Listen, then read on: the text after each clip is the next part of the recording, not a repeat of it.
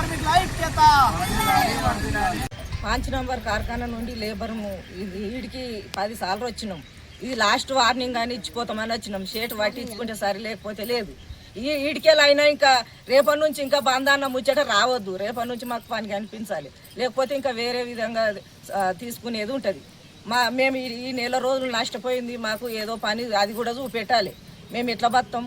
ఇన్ని రోజులు వచ్చినా మాకు పట్టించుకునేటోళ్ళు ఇవ్వలేరు.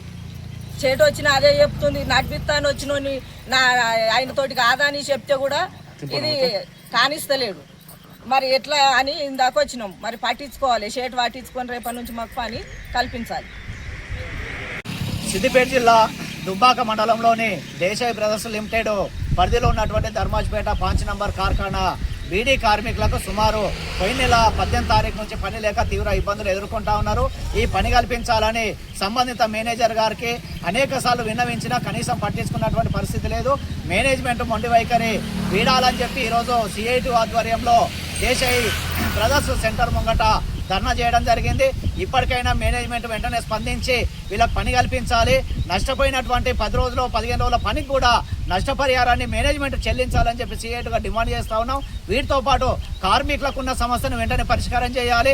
కార్మికులకు ఏదైతే పని సమస్యలు ఉన్నాయో ఆ సమస్యను పరిష్కారం చేసి ఆ బ్రాంచీలను ఓపెన్ చేసి వెంటనే కార్మికులకు పని కల్పించాలి.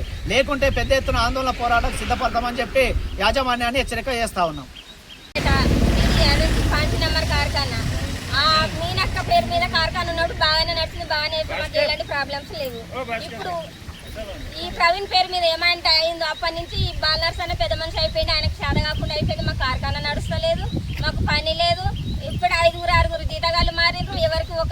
ఎవరిని అడిగినా కానీ మాకు జీతమేలే వాళ్ళంటారు. లాస్ వస్తే మీరే పెట్టుకోండి అని చెప్తారు. మాకు పరిష్కారం అంటూ దొరకలేదు. అసలు ఇప్పటికి నెల రోజుల నుంచి బీడీ లేదు, ఏం లేదు. మేము ఉత్తాయినే ఉంటున్నాం. మాకు యాజమాన్యం అయితే మేము ఇన్ని రోజులు కోల్పోయిన పని మాత్రం కల్పించాలి. మాకు ఖచ్చితంగా మాకు కల్పించకపోతే మేము ఇంకా వేరే చర్య తీసుకోవాలి.